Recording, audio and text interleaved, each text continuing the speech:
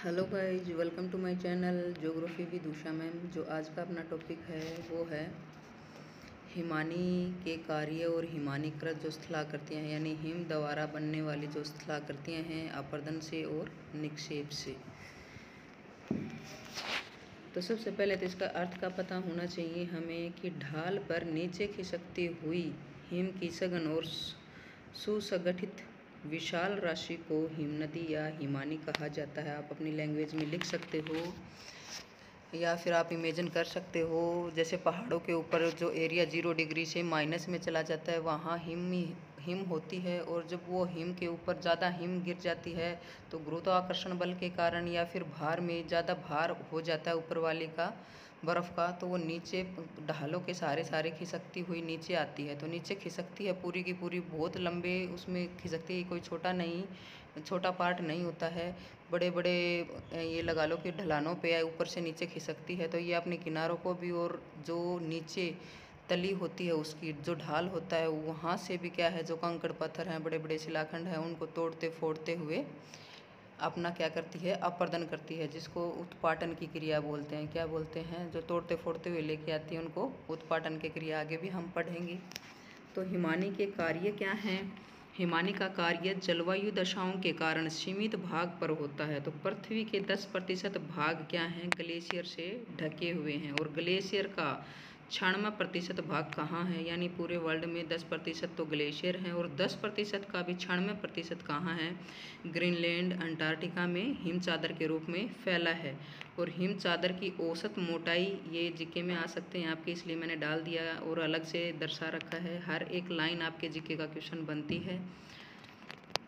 तो हिम चादर की औसत मोटाई 2.2 किलोमीटर है, और ग्लेशियर बर्फ का शेष 4% भाग ऊंचे पहाड़ी क्षेत्रों में जहां हिमवृष्टि होती है। विश्व के ये हिम क्षेत्र हिम रेखा के ऊपर होते हैं। हिम रेखा का मतलब क्या होता है जानिए। ये प्रदेश जहाँ सदैव बर्फ का गहरा ढेर लगा रहता है वे हिम क्षेत्र कहलाते हैं, एवं हिम क्षेत्रों की निचली सीमा को क्या बोलते हैं, हिम रेखा। यानी जहाँ से पानी स्टार्ट हो जाता है, हिम रेखा जहाँ जहाँ जमी होती है। ये नहीं होता कि एक ही रेखा होती है, एक ऊंचाई पे होती है, ऊंचाई नहीं, इसकी ऊंचाई नीचाई अलग अलग जगह अलग अलग होती है। तो वह ऊंचाई जिसके ऊपर बर्फ हमेशा क्या रहती है, जमी रहती है, उसे हम क्या बोलते हैं, स्नो लाइन। हिम रेखा को इंग्लिश में क्या बोलते हैं, स्नो लाइन। यह ऊंचाई निम्न अक्षांशों पर अधिक ऊंचाई पर और ध्रुवीय क्षेत्रों में क्या है, ये समुद्री सतह पर भी मिलती है। यानी ध्रुवीय क्षेत्रों पे बर्फ ज़्यादा रहती है, दोनों नॉर्थ और साउथ पोल के ऊपर, और जो आपके निम्न अक्षांश है यानी बीच का एरिया है वहाँ पे गर्मी ज़्यादा होती है, इसके कारण ये ज़्यादा ऊंचाई के ऊपर आपको मिलती है। ठीक है। तो हिम रेखा की ऊंचाई विषुवत रेखा से ध्रुवों की ओर जाने पे क्या होती है, घटती है। कई बार क्वेश्चन आ जाता है कि निम्न अक्षांशों से हम ध्रुवों की तरफ जाते हैं तो ऊंचाई घटती है या बढ़ती है, तो क्या होती है, ऊंचाई घटती है। हिम रेखा पर ढाल की दिशा का प्रभाव पड़ता है। सूर्यमुखी ढालों पर ऊंचाई अधिक होती है। क्यों होती है? क्योंकि सूर्य की किरणों से वो पिघल जाती है बर्फ, इसलिए जितनी ज़्यादा पिघलेगी उतनी ही ज़्यादा वो ऊपर की तरफ चली जाएगी। आप सपोज कर सकते हो कि कोई पहाड़ी एरिया है और वहाँ बर्फ़ पड़ी हुई है, तो नीचे से पिघलना शुरू होएगी बर्फ़, जहाँ किरणें पड़ रही हैं तो पिघलती पिघलती क्या हो जाएगी, वो ऊपर तक चली जाएगी। तो सूर्यमुखी ढालों पे ऊंचाई अधिक होएगी, और सूर्य विमुखी का मतलब होता है जहाँ पे सूर्य की किरणें नहीं पड़ती, उसके अपोजिट वाला उसमें क्या है, ऊंचाई कम होती है।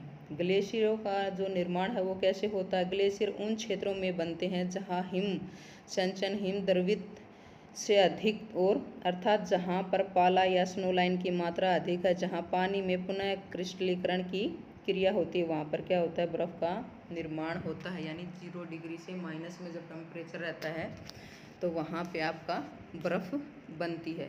तो जो हिम नदी की प्रकृति है वो कैसी होती है? हिम नदी स्वयं ही गुरुत्वाकर्षण प्रभाव से ढाल के सहारे नीचे की ओर गति करता है। उस ठोस राशि को हम क्या बोलते हैं? हिमनद बोलते हैं। इसका स्रोत क्या है? हिम क्षेत्र, हिम का जमाव। जहाँ हिम नदी हिम क्षेत्रों से निकलती है वहाँ चौड़ी व गहरी घाटी का निर्माण करती है, क्योंकि वहाँ वह क्या करती है, प्रचुर मात्रा में होती है। ये इसमें आपका चित्र है, जिस चित्र में हिम रेखा दर्शाई गई है, समुद्र तल से ऊपर ऊंचाई दर्शाई गई है, और ऊपर जाते जाते ये अलग अलग लाइन में जो आपके ब्लैक किस है ये आपका धरातल है, और ब्लैक किस से ऊपर वाला क्या है आपका जो ये चोटियाँ बनी हुई है ना, ये यहाँ पे आपका हिम क्षेत्र है। हिम नदी के उद्गम स्थान पर हिम नद का रूप क्या होता है, ये आपने प्रैक्टिकल भी थे बीए फर्स्ट ईयर के, वहाँ भी देखा होगा। बाकी जो और स्टूडेंट्स हैं अपने नेट सेट या आपके कॉलेज लेक्चर के और भी, उनको भी पता होगा कि अवतल और उत्तल तल कौन कौन से होते हैं। एक बार यहाँ थोड़ा सा समझाने का प्रयास करते हैं। ये कोई पहाड़ी एरिया है, तो पहाड़ी की ऐसे वाले नीचे की तरफ जो होता है इसको हम क्या बोलते हैं, कॉन्वेक्स स्लोप बोलते हैं। और ये वाला अगर ऐसी पहाड़ी का जो एरिया है आपका, ढाल है पहाड़ी का ऊपर की तरफ होगा, तो इसको हम क्या बोलते हैं, कॉन्वेक्स स्लोप यानी उत्तल ढाल। इसको उत्तल ढाल बोलेंगे और इसको क्या बोलेंगे, अवतल ढाल। ये सारे घाटियों से होकर नीचे की ओर जो उतरते उसको हम क्या बोलेंगे, घाटी हिमनद। जैसे आपका सियाचिन ग्लेशियर है, गंगोत्री ग्लेशियर है। और महाद्वीपीय हिमनद क्या होता है, महाद्वीपों पे के ऊपर जो यानी समतल भागों में जो क्या होती है आपकी हिम जमी होती है।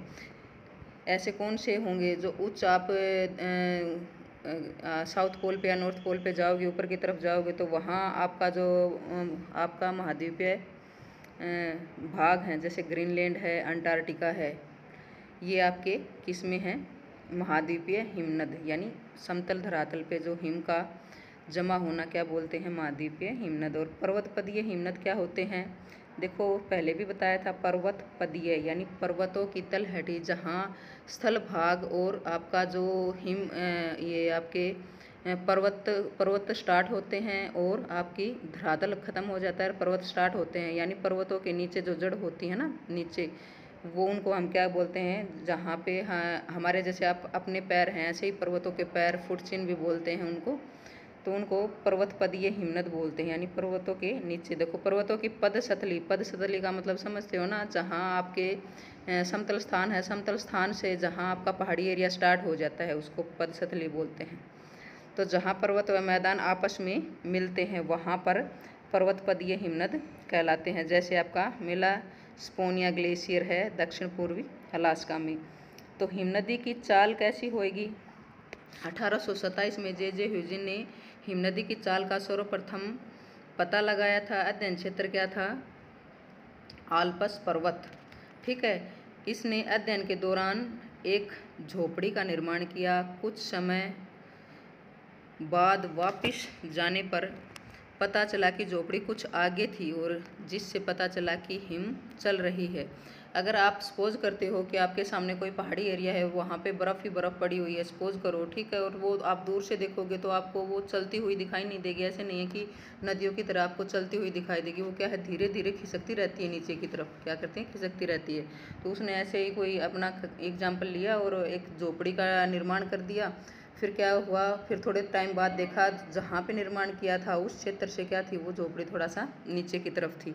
तो लुई अगासिज जो आपका अगासिज ने क्या किया था, हिमनद की चादर पर प्रकाश डाला और बताया कि ग्लेशियर की गति ग्रीष्म काल में अधिक होती है और शीतकाल के समय की अपेक्षा।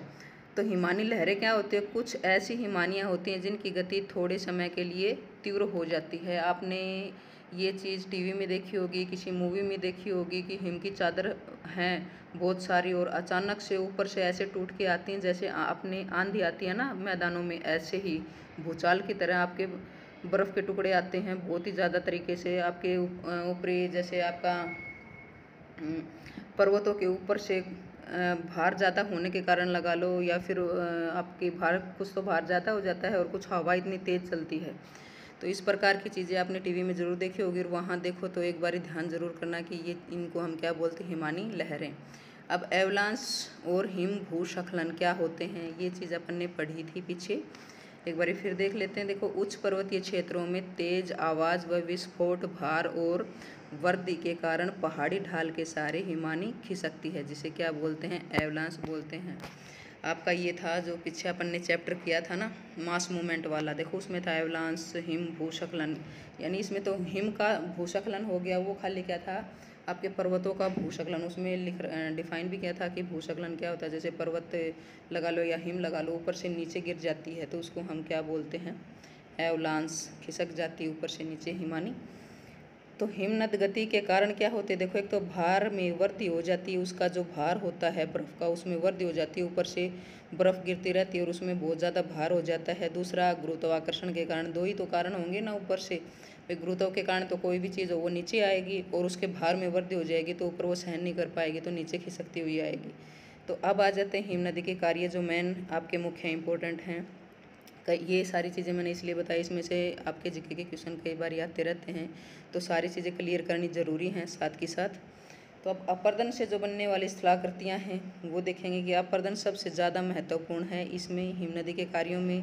तो हिमनदी अपने साथ क्या करती है, कंकड़ पत्थर हैं, ये क्या करती है, फंसाते हुए चलती है अपने, यानी मार्ग में जो भी आते हैं वो कंकड़ पत्थर हैं वो फंस जाते हैं हिमनद में, फंसाती हुई चलती है, जो तली और किनारों को रेगमाल की तरह घिसती है। ठीक है, तो उसको हम क्या बोलेंगे, अपर्दन बोलेंगे। अपर्दन में देखो एक तो होता है आपका अपघर्षण। अपघर्षण का मतलब अपन ने पीछे वाली जो थी उनमें भी पढ़ा था, फिर भी एक बार देख लेते हैं। हिम नदी में फंसे कंकड़ पत्थर उसकी तली और किनारों को घिसते हुए चलते हैं, जिसे हम क्या बोलते हैं, तली। जिससे क्या हो जाती है, तली सपाट और चिकनी हो जाती है, जिसको क्या बोलते हैं, अपघर्षण। इससे कौन कौन सी घाटियों का निर्माण होता है, यू आकार की घाटी का निर्माण होता है, सर्क का निर्माण होता है, अरेत, ये अरेल नहीं है अरेत है, एडिटिंग में गलती हुई है, होर्न है, टोर्न झील का निर्माण है। ये सर्क क्या होता है, रेत क्या होता है, होर्न, टोर्न ये क्या होते हैं अभी आगे चल के ये स्थलाकृतियाँ हैं, आगे चल के इनको पढ़ेंगे इसी में। तो उत्पादन क्या होता है, देखो हिम नदी की महत्वपूर्ण अपर्दन क्रिया है ये उत्पाटन है। उत्पाटन हिम नदी की महत्वपूर्ण क्रिया है, इसके द्वारा हिम नदी अपने मार्ग में तली व किनारों की चट्टानों को तोड़ते और उखाड़ते हुए चलती है, यानी तोड़ते उखाड़ते हुए चलेगी, उसको हम क्या बोलेंगे, अभी पहले बताया था कि उत्पाटन। ये भी एडिटिंग में है, देख लेना, ये उत्पाटन है। तो किनारों की चट्टानों को तोड़ते और उखाड़ते हुए चलते हैं, जैसे आपकी भेड़ पीठ शिला, रोस मुटेन बोलते हैं इंग्लिश में, तली पात्र भी तली पात्र, ये अलग अलग स्थलाकृतियाँ हैं जो आगे अभी अपन पढ़ेंगे। अभी परिवहन कर्षण द्वारा, उत्परिवर्तन द्वारा और घुलकर, ये तीन परिवहन हैं इसके। निक्षेप, जब हिम पिघल जाती है तो अपने साथ लाए अवसाद को क्या करती है, किनारों पे और तली में छोड़ देती है, वो क्या हो जाते हैं, उससे जो स्थलाकृतियाँ बनेंगी उसको हम क्या बोलेंगे, निक्षेपात्मक स्थलाकृतियाँ। तो हिम क्षेत्रों की जो स्थलाकृति सबसे पहले है यू आकार की घाटी। तो इसमें क्वेश्चन पुटअप कैसे कैसे होते हैं ये भी साथ के साथ अपन करेंगे। साथ के साथ पूछा जाए कि यू आकार की घाटी का निर्माण कहाँ होता है, तो यू आकार की घाटी का निर्माण कहाँ होता है, हिमनद क्षेत्र में। निर्माण प्रक्रम क्या लगता है इसमें, हिमनद की उत्पाटन और अपघर्षण की क्रिया। अपन ने पीछे पढ़े थे ना, उत्पाटन क्या होता है और अपघर्षण क्या होता है, उन क्रिया के द्वारा क्या होता है, यू आकार की घाटी का निर्माण होता है। पूछ लिया जाए विशेषता, देखो किनारे खड़े ढाल वाले होते हैं, तली सपाट होती है और चौरस होती है, और आपकी दीवार और सतह क्या होती हैं, चिकनी होती हैं। जैसे देखो ये आपका जो डायग्राम है इसमें साफ साफ दिखाई दे रहा है, इसकी तली चौड़ी होती है, यू आकार की शेप की तली चौड़ी और खड़े ढाल वाले होते हैं। लटकती घाटी क्या होती है, जब आप दूर से देखते हो किसी घाटी में जब बर्फ़ गिरती है तो ऐसे लगता है कि लटकती हुई घाटी दिखाई देगी आपको। जब सहायक हिमनद मुख्य हिमनदी घाटी के ऊपर से गिरती है तो कैसी दिखाई देती है, लटकती हुई प्रतीत होती है, जिसको क्या बोलते हैं, लटकती घाटी। निर्माण प्रक्रम, जब मुख्य हिमनदी अपने घाटी को सहायक हिमनद की अपेक्षा अधिक गहरा कर लेती है तो सहायक हिमनद मुख्य हिमनदी से ऊपर से गिरता है। तो हिमनदी के उद्गम क्षेत्र में निर्मित जो स्थलाकृति हैं ये देखो आगे। अब पीछे अपन ने एग्जाम्पल देखे थे, सर्क को हिमगह्वर भी बोलते हैं और सर्क भी बोलते हैं। सर्क कैसे बनते हैं आप अपनी लैंग्वेज में, अभी ये सारी की सारी आप अपन देखेंगे, आप अपनी लैंग्वेज में भी लिख सकते हो, जैसे पीछे वालियों में अपन ने पढ़ा था, अपनी लैंग्वेज में डाल सकते हो। तो इसमें देखो जो हिमानी क्षेत्र की विशिष्ट स्थलाकृति है, निर्माण क्या होता है, हिमनद के उद्गम क्षेत्र में इसका निर्माण होता है, यानी ऊपर की तरफ जहाँ हिमनद का उद्गम क्षेत्र होता है। निर्माण में प्रक्रम में कौन कौन से लगते हैं इसमें, हिमनद का अपघर्षण और कुछ तुषार या पक्ष है। तो सर्क हिमनद के शीर्ष पर मिलते हैं, ये अर्धवृत्ताकार होते हैं और इनमें आकृति कैसी होती है, आराम कुर्सी की तरह।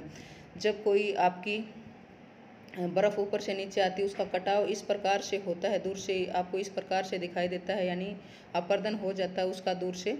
ये आपके जो सर्क की शुरुआत है, ये आपके चित्र देखो 16.9 में, तो इस प्रकार का कटाव हो जाता है, तो उसको हम क्या बोलते हैं, सर्क। ठीक है, तो इसको देखो आराम कुर्सी की तरह दिखाई देगी ये। और क्या है, गड्ढे बर्फ़ से भरे होते हैं, और नाम इसका क्या है, हिमगोवर भी बोल देते हैं। पार्श्व किनारे इसके क्या होते हैं, खड़े ढाल वाले होते हैं, और इनके 3 भाग होते हैं। ये तीनों भाग देखो नीचे वाली में दे रखा है। जो सबसे ऊपर वाला है, ये समझने की कोशिश करते हैं। ये सबसे ऊपर वाला पृष्ठीय दीवार, दूसरा सड़क का चौकटा, और तीसरा क्या होता है, सड़क। ये देखो तीनों की तीनों चीज़ें इसमें दर्शा रखी हैं। दूर से दिखने पे ऐसे लगते हैं जैसे आराम चेयर वाली कुर्सी, इस प्रकार का प्रदन होता है, जिसको हम क्या बोलते हैं, सर्क। ये नाम देखो कारपेंटियर ने दिया था प्रेनिज पर्वत के अध्ययन के आधार पे, सर्क नाम दिया था। इसके बाद में तीक्ष्ण कटक यानी अरेत। अरेत को आप कंगनुमा भी बता सकते हो, जो आपका जो बर्फ़ का पहाड़ी इलाका होता है जिसमें बर्फ़ ही बर्फ़ रहती है, और वो इस प्रकार से कटाव दिखता आपको दूर से कि कोई कंगनुमा टिले हैं। देखो अर्थ है इसका, कंगनुमा टिला या उद्गम हिम नदी के ऊपर ही उद्गम है इसका। और ये प्रक्रम कैसे है, अपघर्षण क्रिया से सड़क के शीर्ष की ओर तेज किनारे वाला कटक है, जिसका निर्माण किससे होता है, लंबी पर्वत श्रेणी के दोनों ओर सड़क का निर्माण होने से होता है। अब तीसरा आ जाता है ग्रीस रंग। देखो एक जो आपका सबसे पहले सड़क देखा था ना, उस सड़क के ही दूसरे, पहले तो सड़क बनती है, सड़क के बाद में जब उसमें कटाव हो जाता है तो इसको कंगनुमा, इसको अरेत बोल देते हैं। अरेत का भी और ज़्यादा देखो कटाव हो जाता है, और आकृति कुछ इस प्रकार हो जाती है 16.11, जो नीचे वाली आकृति है आपकी, इसको हम सुरंग बोलते हैं। देखें हिम नदी के उद्गम क्षेत्र पे ही बनती है ये, सड़क के शीर्ष पे अपघर्षण द्वारा बनती है। जब किसी पहाड़ी 3 या अधिक और सड़क बना ले, यानी तीनों तरफ से सड़क बना ले, ऐसा दिखे नुकीली चीज़ आपको तीनों तरफ से नुकीला दिखाई देगा, तो उसको हम क्या बोलेंगे, सुरंग, ग्रीस रंग भी बोलते हैं उनको। तो उस क्या करती है, पिरामिड या शिखर जैसी हो जाती है, जो अत्यंत तीक्ष्ण होती हैं, और इन्हें क्या बोलते हैं, हम हॉर्न बोलते हैं। इंग्लिश में क्या बोलते हैं, हॉर्न, और हिंदी में ग्रीस रंग। इसके उदाहरण है मैटर्न हॉर्न है, आल्प्स पर्वत स्विट्जरलैंड में है, शिवलिंग शिखर आपने गंगोत्री ग्लेशियर में, माछापुछेरे जो शिखर है आपके नेपाल में, बहुत सारे एग्जाम्पल इनके। तो हिमानी दर्रा क्या होता है, दर्रा आप सभी को पता होता है कि पहाड़ों के ऊपर जो रास्ता होता है दोनों तरफ से, जब किनारे ऊपर से सपाट हो जाते हैं, बराबर हो जाते हैं, दो पहाड़ों के बीच में जो रास्ता जाता है उसको हम क्या बोलते हैं, दर्रा। देखो निर्माण सड़क के शीर्ष पर हिम नदी उद्गम अपघर्षण क्रिया द्वारा जब किसी पहाड़ी के दोनों ओर से सड़क आपस में मिल जाए, यानी जो सड़क कट कट के आपस में दोनों मिल जाएंगे, तो किसका निर्माण हो जाएगा, दर्रे का निर्माण हो जाएगा, जिसे क्या बोलते हैं, इंग्लिश में कोल बोलते हैं। दूसरा है टार्न। टार्न क्या होता है, सड़क के हिम के पूर्णतः पिघल जाने के बाद जल एकत्रित होकर एक झील का निर्माण कर लेता है, जिसको हम क्या बोलते हैं, टारन झील या ग्रीताल, हिंदी में हम इसको ग्रीताल भी बोलते हैं, टारन झील।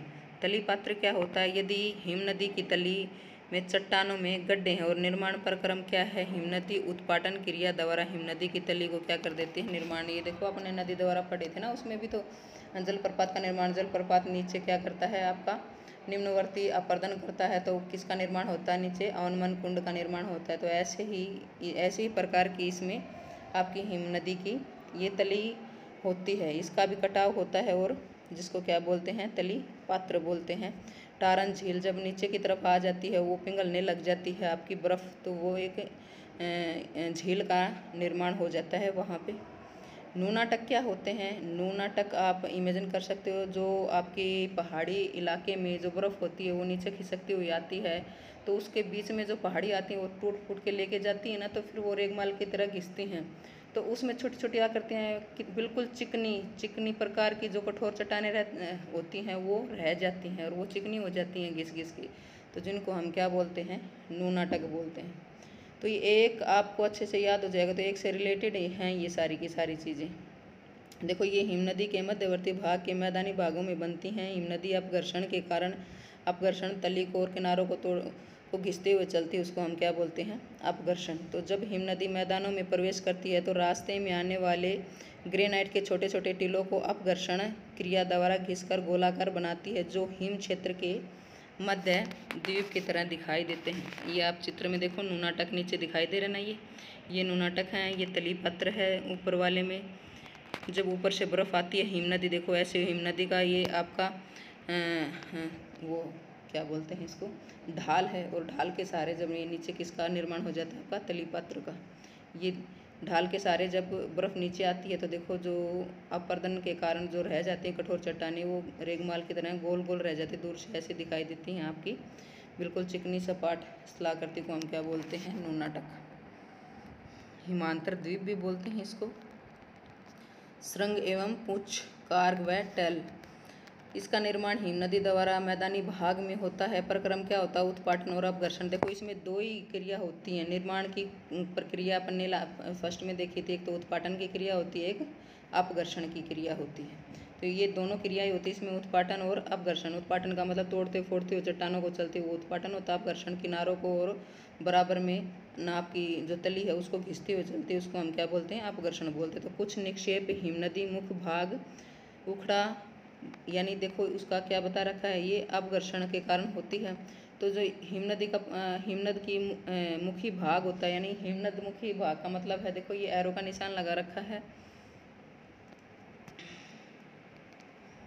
ये एरो का निशान, ये इधर से हिमनदी आ रही है, तो हिमनदी की ये दिशा है। तो ये हिमनदी के मुख्य भाग पे क्या होगा, पार्श्व, खड़ा पार्श्व, यानी निर्माण उत्पाटन की क्रिया। जब ये नीचे से ऊपर चढ़ती है आपकी, तो ये तोड़ते फोड़ते हुए चलती है, तो तोड़े फोड़ेगी तो ये उबड़ खाबड़ बनेगा यहाँ पे, ठीक है। तो उत्पाटन की क्रिया द्वारा हिमनदी का जो विमुखी ढाल होता है, ये वाला विमुखी ढाल होता है, तो ये यहाँ से चलती है, तो क्या है, कंकड़ पत्थर होते हैं वो इनको इस तरह से धीरे धीरे यहाँ पे निक्षेपित होते जाते हैं, निक्षेप होता जाता है इनका। और ऐसी ये, इसको हम पूँछ बोलते हैं, पीछे वाली को, आगे वाली को ग्रीवा लगा लो आप, जिसको श्रृंग व पूँछ बोला जाता है। तो ये हिमनदी विमुखी ढाल क्या रहता है, सपाट रहता है।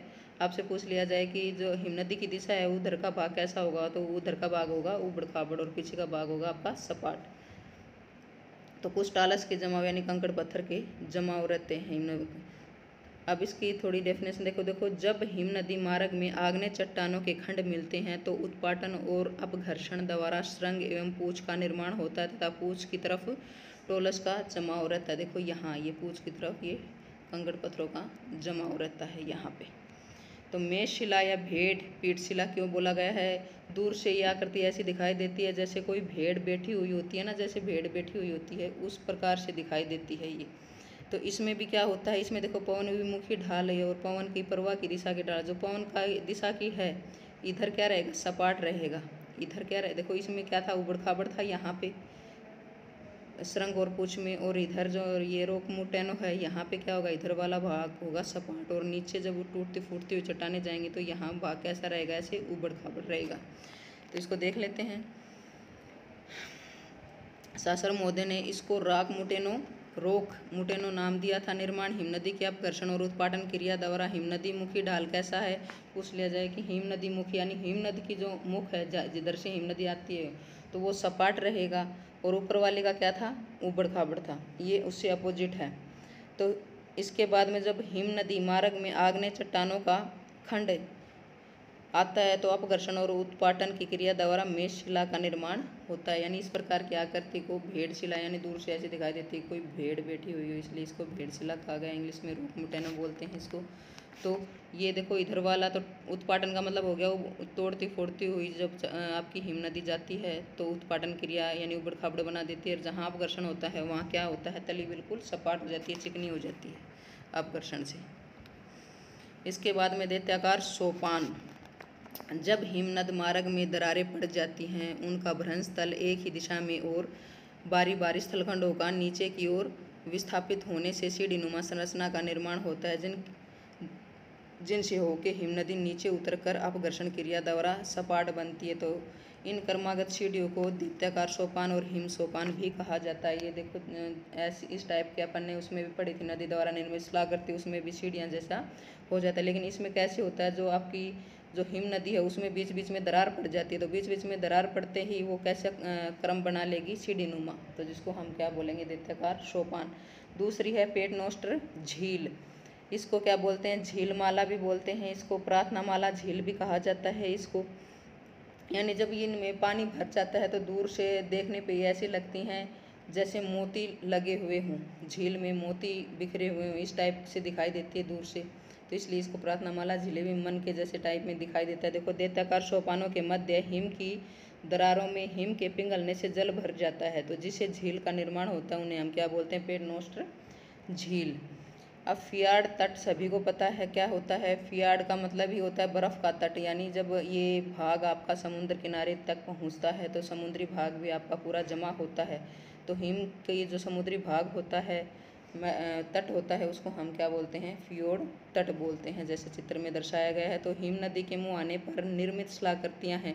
जब हिम नदी सागर में गिरती है तो सागर तल के नीचे तक कटाव करती है, जिससे स्थल की ओर लंबे संकीर्ण व गहरे भागों का निर्माण होता है। जो सागर की ओर स्थल का भाग होता है जिसे क्या बोलते हैं, फ्योर्ड बोलते हैं। अब आ जाते हैं कि हिम नदी द्वारा निर्मित निक्षेपात्मक शिलाकृति ड्रमलिन है ये। सबसे पहले ये ड्रमलिन को इसको अंडे के आकार की टोकरी भी बोला जाता है। दूर से ये जमाव है, ये सारे के सारे जमाव हैं, बिल्कुल ईजी है। अभी ये सारे के सारे देखो यहाँ डिफाइन हो जाएंगे इस चित्र में ही। यह हिम नदी निक्षेप द्वारा निर्मित प्रमुख शिलाकृति है, जिसे गोला समवर्तिका फोल्डर क्ले भी बोलते हैं, की अधिकता होती है इसमें। जब हिम नदी मैदानी भागों में फोल्डर क्ले का निक्षेप करती है तो उसकी आकृति अंडे की टोकरी व उल्टी नाव की तरह दिखाई देती है। दूर से देखते हैं तो जैसे ऐसे लगता है कि अंडे कोई टोकरी रखी है, अंडे की टोकरी रखी है इस टाइप से, या फिर नाव की तरह दिखाई देती है। तो रेत और बजरी का ढेर, ये क्या होता है, रेत और बजरी का ढेर होता है, जिसको हम क्या बोलते हैं, ड्रमलिन बोलते हैं। जब नदी क्या आ जाती, मैदानों में आ जाती है और वह पानी पिघल जाता, पानी पिघलने के कारण वहाँ पे बजरी का और आपकी कंकड़, छोटे छोटे कंकड़ होते हैं, उनकी रेत का, बजरी का, मोटे कणों का जमाव होता है। तो वो गोलाकार आकृति में होता है, दूर से ऐसे दिखाई देता है जैसे तो अंडे की टोकरी रखी हो, यानी इस टाइप से। एक बारी समझने की कोशिश करते हैं। इस टाइप से देखो, ये ऐसे ऐसे ढेर रहते हैं, वैसे तो ढेर रहते हैं ये आपकी बजरी की, और दूर से दिखाई देने पर ऐसे लगता है कोई अंडे की टोकरी रखी हो इस टाइप से, जिसको हम क्या बोलते हैं, ड्रमलिन बोलते हैं। अब हिमोड क्या होते हैं, हिमोड, मध्यस्थ हिमोड, पार्श्विक हिमोड, तलस्थ हिमोड, अंतिम हिमोड। ये हिमोड क्या है, ये भी जमाव है। ये देखो, ये आपकी इधर से एक हिम नदी एक इधर से आ रही है, तो ये किनारों की तरफ कर देगी। किनारों का मतलब क्या होता है, पार्श्विक हिमोड। किनारों पर जमाव कर देगी रेत का, बजरी का, छोटे छोटे कंकड़ पत्थरों का, तो उसको हम क्या बोलेंगे, पार्श्विक। और मध्य का मतलब बीच के अंदर जमा कर देगी, तो उसको हम क्या बोलेंगे, मध्यस्थ हिमोड। और तली में जमा कर देगी उसको तलस्थ। और अंतिम भाग, ये देखो ये रहा अंतिम भाग, इस अंतिम भाग में जमाव करेगी तो उसको हम क्या बोलेंगे, अंतिम हिमोड। यदि हिम नदी द्वारा पदार्थ के निक्षेप से निर्मित है, जिसको गोला समवर्तिका की अधिकता होती है, तो निक्षेप के स्थान पर ये चार प्रकार हैं। पार्श्व, जब टील का जमाव, टील यानी जो रेत बजरी होती है उसका जमाव हिम नदी के किनारे के सहारे हो जाए। मध्यस्थ का मतलब टील का जमाव जब दो हिम नदियों के मिलन क्षेत्र में हो जाए, बीच में। और तलस्थ का मतलब जब हिम नदी का तली में जमा हो जाए। अंतिम का मतलब अंत में, हिम नदी के अंतिम भाग में जहाँ पिघलने से जमा हो जाता है उसको क्या बोलते हैं, अंतिम हिमोड। अब हिम जलोढ़ निर्मित जो निक्षेपात्मक शिलाकृतियाँ हैं उसमें सबसे पहला है एस्कर। जब हिमानी के पिघलने से प्राप्त जल द्वारा सम्मिलित निक्षेपण होता है तो उसे हम क्या बोलते हैं, हिम जलोढ़ निक्षेप। ये हिम और जलोढ़ यानी दोनों का मिश्रण है, हिम का और जलोढ़ का, पानी का और हिम का। हिम पिघल जाती है, जल में आ जाती है, तो उस में दिखाई देती हैं ये शिलाकृतियाँ, आपकी पूरी की पूरी निक्षेपात्मक शिलाकृतियाँ हैं। तो एस्कर क्या होता है, देखो, घुमाव द्वारा मिश्रित भूदर्शय है, जिसका निर्माण हिम जलोढ़ निक्षेप से होता है। ये मोटे बालू और कंकड़ के क्या होते हैं, निक्षेप। मोटे बालू कंकड़ होते हैं, उनके निक्षेप होते हैं। ये लंबे टेढ़े मेढ़े और संकीर्ण टीले होते हैं, जिनके किनारे तीव्र ढाल वाले होते हैं, जैसे स्वीडन, फिनलैंड में मिलते हैं, वहाँ परिवहन के लिए उपयोगी हैं। दूसरा है केम। महाद्वीपीय हिमानियों के समीपवर्ती भागों में मिलते हैं। हिम नदी के पिघले पानी का निक्षेप टीलों के रूप में हो जाता है, तो हम क्या बोलते हैं, केम। दूसरा है केटिल और हमक। केटिल गर्त होते हैं, यानी एक बार समझने की कोशिश करते हैं। ये कोई जैसे इधर से एरिया है, पहाड़ी एरिया है, वहाँ से बर्फ़ पिघल के आ रही है, ये इधर, ठीक है। इसके अंदर ये क्या है, केटिल क्या है, गर्त है। गर्त को क्या बोलेंगे हम, केटिल। और केटिल के अंदर ये हमक क्या होता है, इसके अंदर जमाव हैं, छोटे छोटे कंकड़ बजरी का जमाव हो जाता है, यानी आपका ढेर लग जाता है थोड़ा थोड़ा कंकड़ का बजरी का इसके अंदर, गर्तों के अंदर, उसको हम क्या बोलेंगे, हमक बोलेंगे। तो देखो केटिल गर्त होते हैं जो हिम नदी मार्ग में बर्फ़ के पिघलने से गड्ढानुमा भाग है जिनको केटिल कहा जाता है। और केटिल में छोटे छोटे अवसाद जमाव हो जाते हैं, यानी छोटे छोटे टीले, उनको हम क्या बोलते हैं, हमक।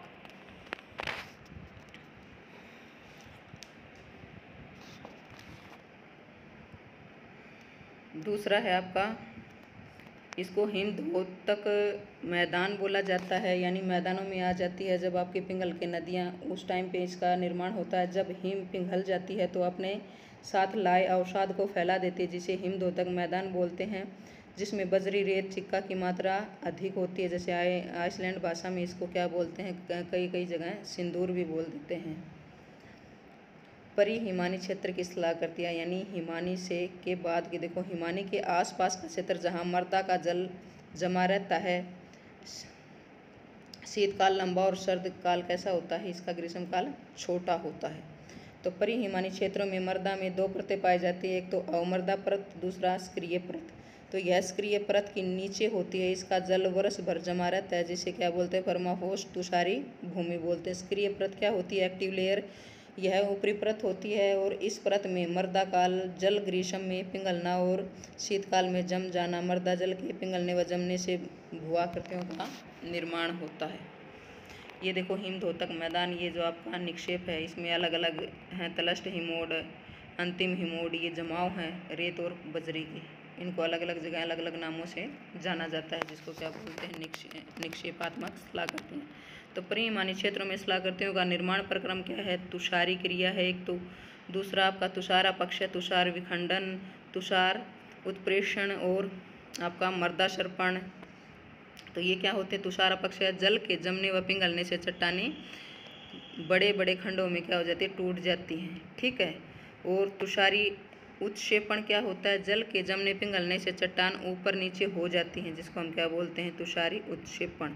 मृदा सर्पण क्या होता है, वह क्रिया जिसमें स्थायी रूप से जमी भूमि पर क्या होता है, मिश्रित मलबा का स्थानांतरण होता है, जिसको क्या बोलते हैं, मृदा सर्पण। ये अपन ने पहले भी पढ़ा था। शिलाकृतियाँ, परी हिमानी क्षेत्र, भूगृहिकाएँ, परी हिमानी क्षेत्र छोटे छोटे टीले होते हैं, उत्क्षेपण की क्रिया द्वारा इनका निर्माण होता है, दलदली भूमि से छटाई के कारण ये बनते हैं, जिनको तुफुर बोलते हैं। पलसा क्या होता है, भूगृहिकाओं का विशिष्ट प्रकार आर्कटिक व उपार्कटिक क्षेत्रों में मिलता है।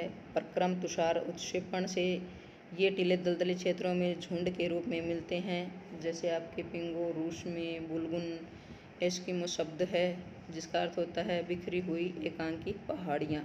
ये सारी चीज़ें भी फर्स्ट ईयर में करने की ज़रूरत नहीं है, ये मैंने बाद में ऐड किया है। इसमें से कई बारी बहुत बारी क्वेश्चन पुटअप हो जाते हैं, तो इससे रिलेटेड था, इसलिए मैंने इसमें डाल दिया।